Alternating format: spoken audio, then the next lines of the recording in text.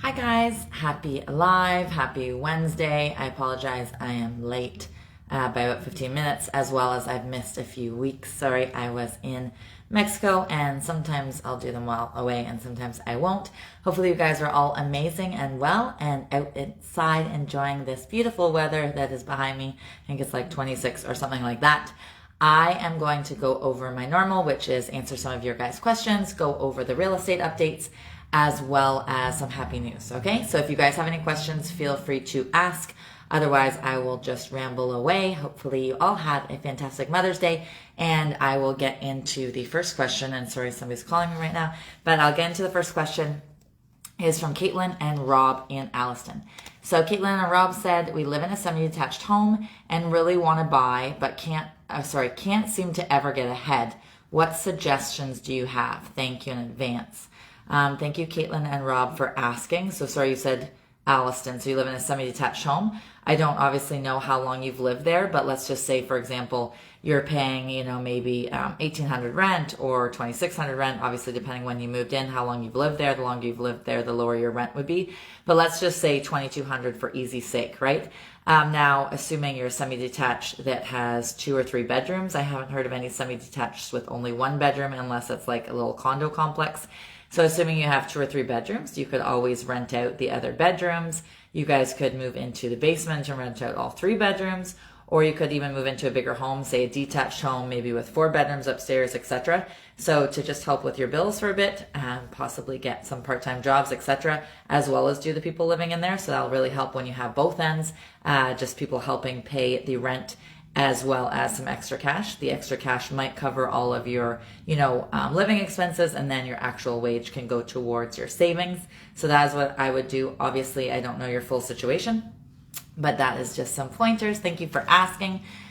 So first, before I do like some happy news before I get to the real estate. So I'm going to do that first. So giving away millions sounds like a lovely thing to do. So there was a 55-year-old couple in Ireland, and they won the lottery, and it was in euros. So it was 115, or I guess pounds, not euros, 115 million pounds, which is equal to about 157 million. They won it in 2019, and they have already given away over 82 million, which is crazy. So they did buy a new house. The husband kept his job at some plastic plant, and he was the one that bought the ticket. He gives his wife a budget every year of how much she can give away. And she said she doesn't keep track of it because she's afraid he will say you've given away too much. But I just liked it because she said, she gets a high from giving away things, and it's like a buzz and so forth. And she said basically winning money just makes you more of who you are. So if you were, an arse before, you'll probably be an arse with money. And if you were kind before, you will be kind once you have money. So anyways, I liked that. And the next question comes from Joan in Barrie. So Joan in Barrie said, or asked, I don't understand how some homes on my street are listed at $899 and others 1.2. Visually from the outside, they don't look very different, and some have had multiple real estate signs but no sold signs. What's going on? Thank you, Joan, for asking. So obviously, without knowing specific homes you're speaking of, the $899 could be holding, so they could be listing low and holding, hoping to get in that 1.1, 1.15, 1.2 range, whereas your other neighbors are like, hey, we don't want to play games, we just want around this 1.2 region, which it could be. Some of them might have, basement apartments and etc. Some might back onto no neighbors. It's hard to say, but I would just guess, just from the numbers that you mentioned, that one is holding. So, and then in regards to the signs changing or what have you, they might say like, hey, we tried with this agent for 4 days and we're trying with somebody else, and we're, a lot of people are not quite informed on the market, so they often try and jump around, and they don't fully know maybe what their agent's doing for them or not doing for them, etc.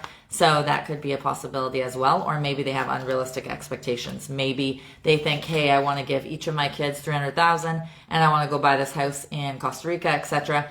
And just because they want to do all those things doesn't mean that the market bears those things. So they just need to see basically the solds around their area and what truly the buyers are willing to pay. So thank you for asking. What else do we have before we get to real estate? A bartender basically came to the rescue. I used to be a bartender, but not this kind of bartender. There was a bartender, and it was in South Africa. And basically he was on his afternoon shift, and a big wave came up over the pier and took 6 people off into the ocean, and himself and some of the other visitors ended up jumping in who were strong swimmers and saved all 6 people. So I always like that, you know, and you hear online and you hear this person was shot or that person was shot, etc. I like happy stories as opposed to those kind of stories. So he saved this one lady that came on, did a little interview. She was 37 and her daughter was 8. So they were one of the 6 people that were saved that afternoon. So anyways, you never know who might be looking out for you or what have you. So this bartender helped out that afternoon, as well as some other guests that were staying at the resort. And next question is from Melissa in Stroud. Again, if you guys want to ask questions, feel free. Otherwise, I'll just go through some that have come in throughout the week. So Melissa in Stroud said, I have 50,000 extra. What is best for me to do? Should I put it into my home, a TFSA, or RSP? Thank you, Melissa, for asking. So to be honest, I don't know what kind of shape your home is in. So for example, if your roof is really bad and it's curling, it could end up costing you like twice as much if you ruin the sheathing underneath. If, for example, your roof is done, your kitchen, you know, looks good, the main thing things people look at are the kitchens, the bathrooms, the floors. So let's just say, you know, your kitchen's out of 1960, your bathroom's out of 1950, your floors are, you know, blah, blah, blah. Then you could put it into that. I'm obviously not an accountant, so maybe your tax bracket, your accountant might say, hey, let's put some money into this or that, and it might defer some tax payments. I don't know on that end. All I can say is, you know, house-wise, right? So maybe you have a leak in the foundation, and obviously that's a huge thing. Or you want to renovate the paneling in the basement, put it drywalled. You have a drop ceiling, you want to make a drywalled ceiling flat, or take off the popcorn, etc. Maybe you want to put, you know, some quartz countertops in, change the doors, like maybe you could keep the boxes to your kitchen, put on new doors, new hardware, and a new counter. It's really hard for me to say without seeing, but I personally would go in the house, but obviously like renovations and so forth, but it depends on your tax situation and how much you're making, etc. So I would consult with your accountant or, you know, financial advisor, etc. But thank you for asking. And then there was one more thing before I get into real estate. So there was a lady whose hubby passed away 22 years ago, and she was outside. She was 90 years old, or not was, she is 90 years old. And she found his wedding ring. He had lost it 35 years prior. So it was super special for her to find that. She's a mother of 7 kids and a lot of grandkids. I forget how many. But again, I just like happy stories as opposed to always negative and sad stories and fear-mongering, etc. So I'm going to get into real estate now. And again, thank you guys for popping in. I know it's beautiful outside back there. So thank you for popping in. So I'm going to go over what's happening locally, some things in all of Ontario, all of Canada, etc. And if you guys have any questions after, feel free to email me or reach out, etc. I'm pretty easy to find if you just Google me. So first of all, out of immigrants coming to Canada, 1/5 of immigrants have said in 2022 that they don't want to come to Ontario, which is crazy. When it was one of the top picks before. However, a lot of them have said the price to live is too high. Okay, so 1 out of 5 are saying, please don't send us to Ontario, which sucks for us. Actually, this morning, again, I'm just at a condo downtown Barrie. Outside, starting at 5 a.m., they had all of these signs, and they were saying honk for housing, etc., and they had all these tents set up. So there's obviously lots of people that are saying, hey, we can't afford to buy, you know, a home. We can't afford this. We have great jobs or blah, blah, blah. So a lot of people, you know, are basically priced out of the market. So another reason that maybe immigrants don't want to come here, etc. And then when even the locals can't buy. And also homes in the suburbs, so we're in the suburbs here, are going up faster than Vancouver or Toronto downtown cores, which obviously back in the day, they used to go up more.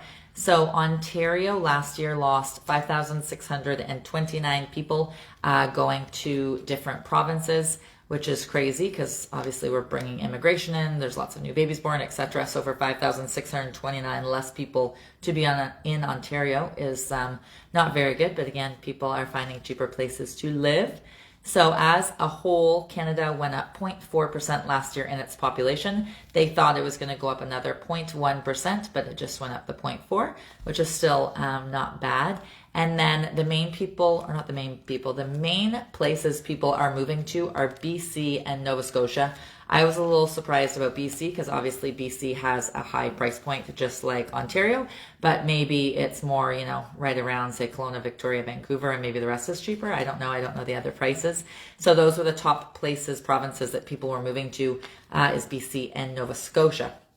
So before the pandemic in Barrie as well as London, Ontario, you could get a home for 54% the price of a Toronto home, but now obviously it's a lot higher, which I'll go through all of that. So that is the reason why not as many people are leaving Toronto, because they're like, hey, it's not as great of a deal anymore to leave, so we're just going to stay put. So that is one reason. And obviously if you like real estate and maybe you look up things online or you listen to things, etc., you've heard like this is down, that is down, this is dropping, that is dropping. But the thing is, a lot of people don't see the full picture, they don't even say the full picture. Again, lots of fear mongering. So for example, last month in Simcoe County, 42.2% less homes sold. So 42.2% is a very large amount. However, in that article, they don't say that the average sales price was $973,000 and change, which was up over 21.3% to be exact. So again, 973 was the average sales price, up 21.3, but they don't say that. They're just like, oh, things are down 42.2%, but they don't say, yes, the number of homes sold down 42.2%. However, the sales price was up 21.3. Again, they just like the fear side of it. So I just want to make sure that people are informed when they are thinking about things in the market, etc. So getting 21% obviously year over year to try and get that from the bank is impossible. I forget what they advertise because I don't even look. I think it's like 0.8 or 1% or something crazy. So 21.3% it went up in Simcoe County, April of 2022 versus April of 2021. And what else? So another example, so year to date homes sold. Okay, so there's 1,699 homes that have sold in Simcoe County this year, and that is down 30.7% over 2021 year to date. However, the average sales price is now $1,028,000 and change, $691 to be exact, but $1,028,000, and that is up 31.1% over 2021. Okay, so yes, the number of homes sold is down 30.7%, but the sales price is up 31.1%. Again, so I just want people to know the full story so they're not like, well, everything's crashing or what have you. They just don't have the full picture. So if we look at homes just in Barrie, so year to date is, hi Margie, how are you? I haven't been saying hi to people. I haven't done a live in quite some time. I should say hi to everybody. So year to date, which is January 1st to today, the average sales price in Barrie is over $932,000, and that is up over 30.6% over last year. Okay, so again, yes, lots of homes less sold. However, the average sales price is still up over 30.6%. Okay. And then if we do all of Simcoe County, not counting Barrie, so where we have Innisfil in there, Springwater, Essa, Oro, etc., Clearview, the average home sold for 1.132 and change, which is up over 29.5% year to date. Okay. So locally in Barrie was 30.6, and excluding Barrie and the rest of Simcoe was 29.5% up. Okay, so again, things are still up in average sales prices. Just because less homes have sold doesn't mean, that the market crashed. Just know all your numbers before you make any assumptions, okay? So there were 1,109 new listings in April in Simcoe County, and that is actually up from 2021, 16.1% new listings from April from March, not April versus last April. April of this year versus March of this year, there was 1,109 new listings, which is 16.1% higher than last year's March to April. And that's the highest number added from any March to April. And that's pretty common, one, just to have more at this time of year because a lot of people want to move in the summer. So they want to close the end of June, beginning of July, a little bit into August. They don't want to be closing October 5th. They don't know where their kid's lunch pail is. They don't know where their kid's favorite stuffed animal is, etc. So it's very common that a lot of people list in April or May because they want to close in the summer, okay? What else? So a lot of people now, because there's all that extra inventory, right? The 1,109 listings, for example, the new ones, they, instead of listing low and hold, so let's just say $799, wanting around $1 million, they're just listing at $999, okay? So when there's that many more people, they just list closer to what they want. And so the average sales price when you're saying list to sale, so basically it listed for $999, what's it sell for, is 105.2%, okay? So it's going over asking still on average, and the average days on market is 11 days on market in Simcoe County. Now, if we look at April 2022 versus April 2021, so April 2022 versus April 2021, so in Barrie, to get a detached home, the average was $998. There's numbers after that, but I just like the first numbers for easy sake. So detached was $998. That was up 23.3%. Then when we look at the semi-detached in Barrie, the average was $833, and that was up 28.9%. The average townhome in Barrie sold for $738,000. That was up 25.2%. My first townhome in Barrie, I think, was $143. So to hear of $738 is pretty crazy. And the average condo in Barrie sold for $618, which was up 23.9%. Again, you might read articles that say like this is down 42.2%, this is down blah blah. I say 42.2% because that was one of the ones that was down, but that's just the number of homes sold was less. But all of the prices that I just mentioned, up 23%, up 28%, up 25%, up 23% again, okay? So just have the whole picture before you come to conclusions. So if we looked at just ESSA, a detached home is now over $940,000. That was up over 18.4% over April of 2021. Semi-detached homes in ESSA were up, now $768. They were up over 51.9%. 51.9% sounds crazy, but to be honest, there's not a lot of detached homes there, so there was only like 4 that sold. So if there was like 40 and it was still up 51%, but because there wasn't a lot sold. And then townhomes in ESSA were selling very close to the semis for $750,000 and change, and they were up 23.1%. I'll do a couple more, maybe just Midland and Wasaga Beach. So if you want to know other areas that I didn't mention, feel free to let me know. In Midland, the average sales price is now $772. They're up 16.5%. To get a semi-detached home there is going to cost you about $657, $500, and a townhome there is actually more than the semis, is $737, up 22.8%. And then in Wasaga Beach, detached is now going to cost you around $846. That's up 20%. A semi-detached $756, up 35%. Townhomes $674, that was up 12.4%, and a condo $457, that actually went down 3.9%. So April 2022 versus April 2021. And again, if you missed some of this, you can watch it again, or if you have any questions, feel free to ask. Some people are more shy, and you can ask me, out of this platform. So April 2022 versus April 2021, I'm going to say some average sales prices in different areas just to give you an idea. So in Agila, Toserantio, I always say that word funny, the average sales price in April was 1.135 and change. That was up just a little bit, 0.2%. In Bradford, $1,071,000, that was up a small amount as well, 2.7. Clearview was up, the average sales price 1.216. It was up 29%. New Tecumseth was also over $1 million, $1,020,000, up 34.9%. Then when we go the average sales price in Oro in April 2022 versus 2021, 2022 is $1,022,000, $1,221,000, up 27.7%. In Penetanguishene, you can get a half price home there compared to Oro. Average $620,774, and that was up 22.8%. If you go to Ramera over by the casino, you can get in a house on average $868, and that was actually down 0.1% over April of last year. And Severn averages $935. That is up 1.1% over April last year. Again, I don't want to hide things and only tell the up 30%. There were some that were only up 1.1%, etc. Springwater, $1,186,000. That was up 21.4% over last year. Tay Township average sales price to get in was $754, up 2.8%, and Tiny Beaches average is now $1,095,000, and they're up 30.8%. So fixed rates, just because a lot of people ask me about mortgages and such. So fixed rates are now currently sitting around 4%, and prime is currently 3.2, but most banks are offering prime -1, so basically 2.2. So that is what's going on there. And then the Bank of Canada is saying like, hey, we're probably going to up it between 4.7 and 5.2 total, not another thing, but they can only do it in increments, and obviously it'll take a long time. So if it got up to 4.7 to 5.2, which currently it's not, then again, remember, it would be -1, right? So it would actually be 3.7 to 4.2, which is not crazy. It has been that many times. It's also been higher than that many times. So it's not crazy. I know a lot of people think it's crazy, but so 3.2 is the prime right now, which means most people are paying around 2.2.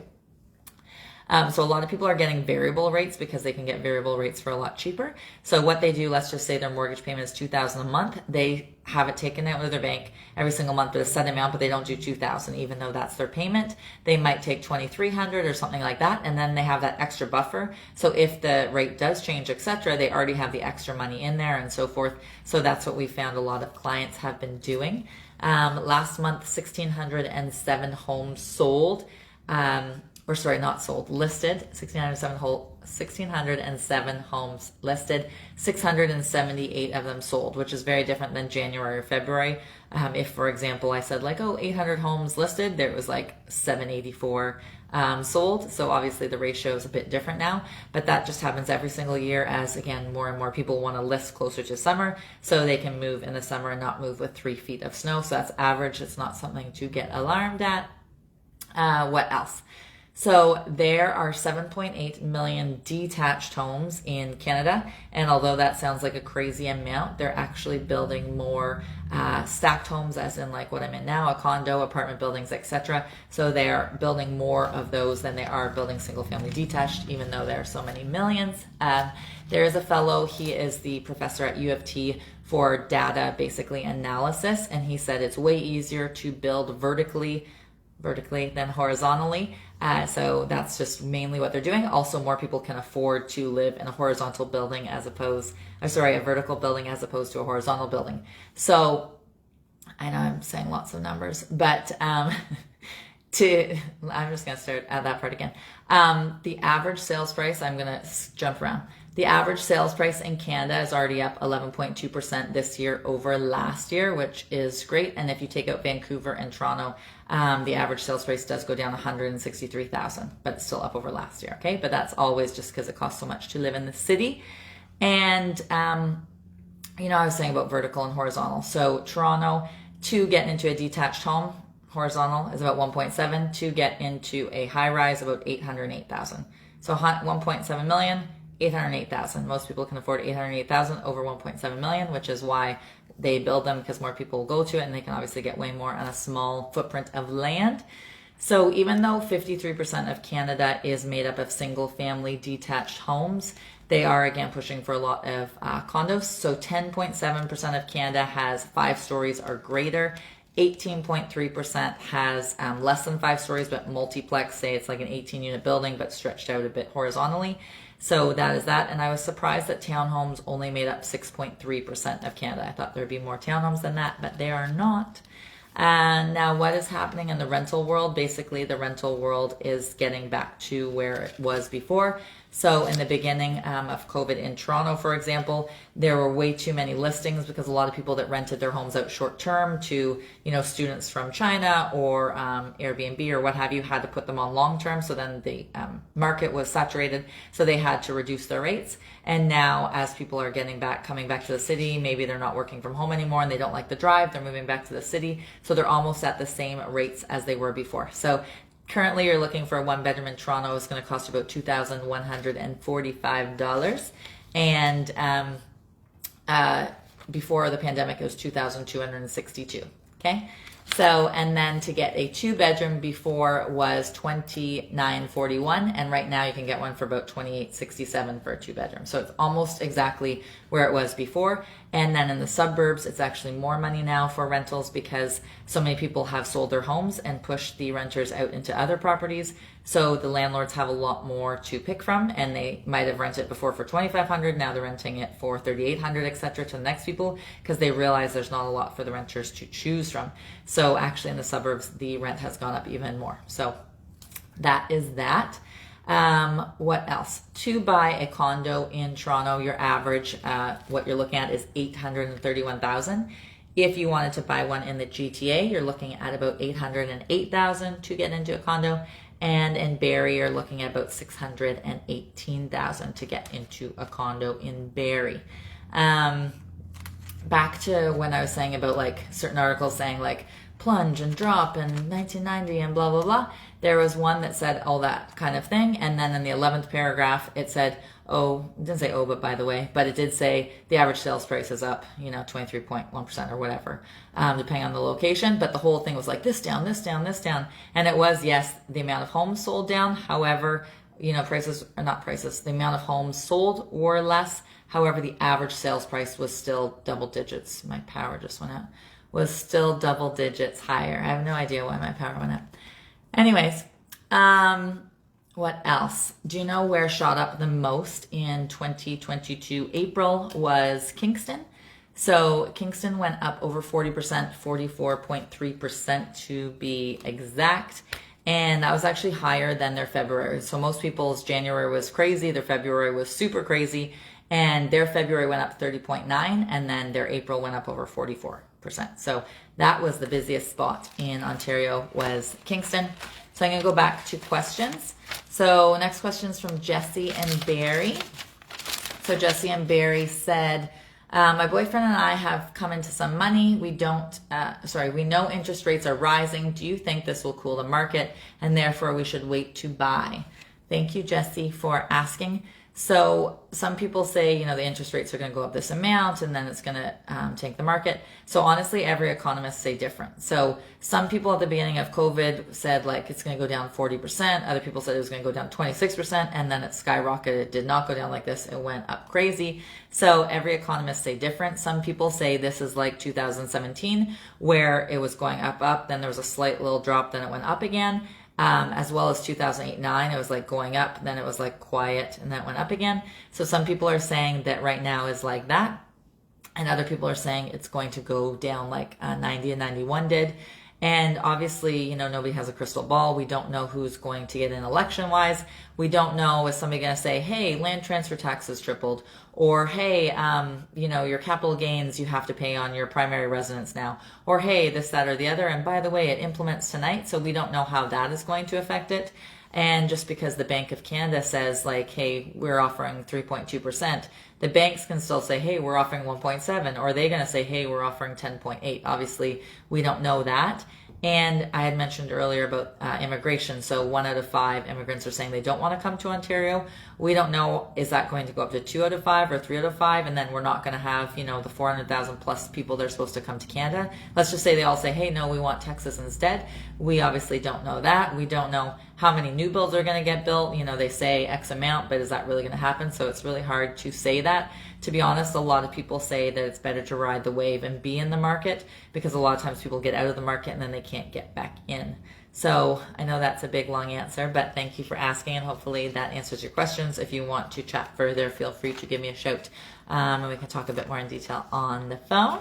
Next thing is about a little boy in Indiana. So there was a little boy in Indiana, and he had gone to a shelter and basically saw that a bunch of the animals didn't have toys.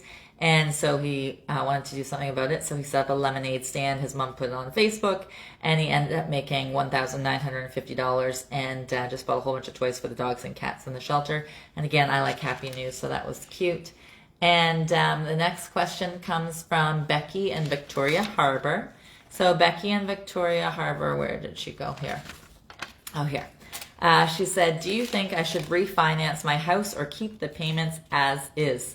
Thank you, Becky, for asking. I don't know what you were planning on refinancing for. Were you planning on refinancing and, finishing your basement, or putting in a pool, or fixing your roof, or using the money to go on vacation or go to the casino, etc.? It's hard for me to say if you should refinance your house or keep the payments as is when I don't know what you're planning on doing with the money. But feel free to call me if you want to give personal information that you don't want to give on here. I totally understand that. But if, for example, you can get money at 2.2% and you can, invest it in something that's going to yield you like 15 to 23%, obviously that makes sense. If you're just taking it to the casino, probably not the greatest idea. Or if you're buying something that depreciates, not the greatest idea. So it's hard for me to answer that when I don't know what you're going to use it for. But I appreciate you asking, and hopefully that gives you some clarity. But I'd be happy to give you some more off of this live video. What else? Dun, dun, dun, dun. So obviously summer is coming up. It's nice and gorgeous outside. I don't know the temperature, 20 something outside. But are most people, going to get on a plane or a car? And surprisingly, even with gas prices, people in the last survey said they were going to do a car and a staycation. So 58% of the 2,000 people surveyed said they've already booked their vacation, and 69% said it was in a car. So that I was surprised about. And 42% said that vacations are their favorite part of their childhood, which my sister is away right now, so that kind of makes sense with her son.